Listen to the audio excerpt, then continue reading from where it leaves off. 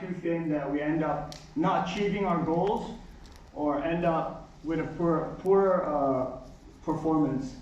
Okay, let me share to you guys today my journey as a Muay Thai fighter in Hong Kong and the lessons I've learned along the way when it came to focusing my efforts, learning to trust the process despite the failures and setbacks. Okay, so some of you guys might be wondering what Muay Thai is. Muay Thai is a martial art and sport that originates from Thailand. It involves punching, throwing elbows, throwing knees.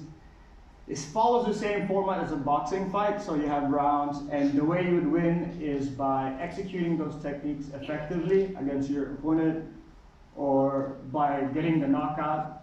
I mean, it's pretty self-explanatory, or the technical knockout, in which one of the persons is not deemed able to continue. So you might be wondering why anybody would want to do this. My grandma has, tried to stop me for a long time and still doesn't like me competing. But for me, I find that it's one of the more pure forms of competition. It's literally just you and your opponent. Both of you are trained, both of you are testing your skill set, but if all things equal, physicality, skill, it's just down to both your willpower, who can impose their will. And what it means to me is that when you're in the ring and you put yourself in that kind of uncomfortable situation, you really figure out what you're made of and what you are. You get to truly find out who you are. It's a little bit crazy, I know. You might be wondering how I got into Muay Thai. I was always big into video games. One day, a friend and I were playing Fight Night on the PlayStation. I don't know if any of you guys know that. We both assumed it was pretty straightforward. So long story short, I ended up training at a gym. And the instructor was like, hey, come over here. It's time for you to hit the mitts for 2 minutes. And I didn't say this, but I was like, 2 minutes is so short. Like, such a short time, but that's when my assumptions met reality. So 30 seconds in, I'm like gassed. Like, I didn't expect it to be physically demanding that, but I was hooked. I figured out it was for me because I love the competitive nature of it and how physical it is. So fast forward, I ended up at a gym called Versus. It's where I'm still at right now, and this is where I really developed as a fighter and also as a person. This is where I met my coach, my training partners, my friends. These people is almost like my second family. Without them, I wouldn't have probably achieved half the things I've achieved to this day. So I didn't do this alone. But it was around the same time I was in uni, second year, and I also applied for the Hong Kong Championships for the first time. So I was also working part-time at a restaurant in the evenings, training, coaching. You can see where this is going. Too many rabbits. So there's this week where I had my exam week, and at the same time, I had the fight on the weekend. So the way it works is when you compete, let's say I fight at the 54 kilogram bracket, you have to make the weight the day before, so it's fair, right? I mean, the height will vary, but weight-wise, both the fighters are the same. So the whole week I'm dieting, and finally, like on Friday, which was the day to weigh in, which was in the evening, I also had an exam that day, so you can see it's not going good. I went to the exam center, dehydrated, hungry. I don't know what I was thinking. I wasn't thinking. I got in, I sat down, I looked at the papers, and I can't even remember my name. I was just thinking about food, water, that's all the time. I left pretty early. People must have thought, oh my God, he must be really smart. I wasn't very smart. So anyways, I rushed back to the gym to drop some more of the weight. And we were a bit late to the venue, so we went to the venue.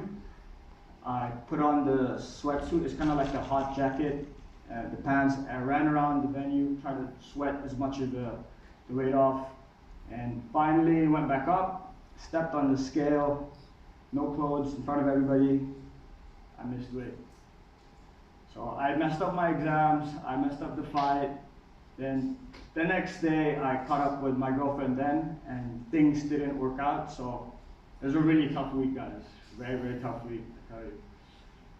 So I took some time to think about what was important to me and really prioritize what I thought was more important. So I decided to give up school, to leave school. I didn't like the idea because I thought I don't like the idea of quitting, but I felt more strongly about competition, and I figured I was still young, I needed to do this now. So I focused all my efforts into competition. I fought more, and over the next maybe 3 or 4 years, I was struggling a little bit. I would win some fights, I would lose some fights. Some fights I think I've lost because maybe a little bit biased because I'm an ethnic minority. A couple of times I've broken my hand, and it was a little bit tough because it took time off from training and fighting. So there was a point where I was questioning myself, did I do the right thing? Did I make the right decision? I was starting to have doubts because I wasn't getting the right results despite focusing all my efforts.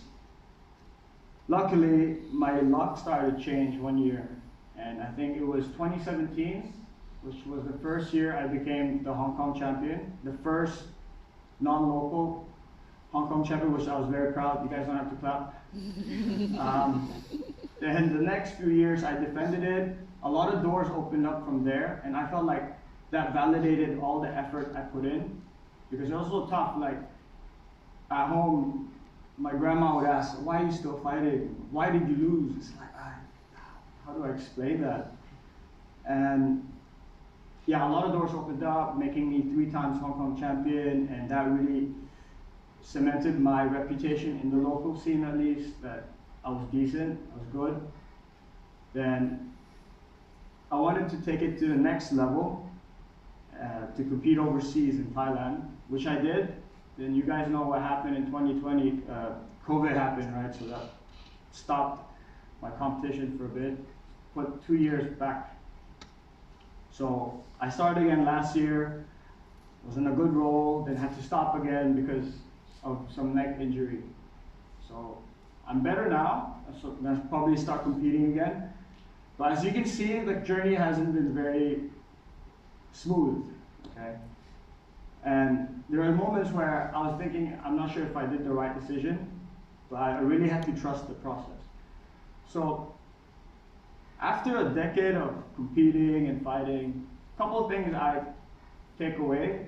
One is that whatever you do, you have to focus your efforts, especially fighting or competition. You have to plan your training, plan your rest. That means missing parties, missing this, focusing yourself on the training.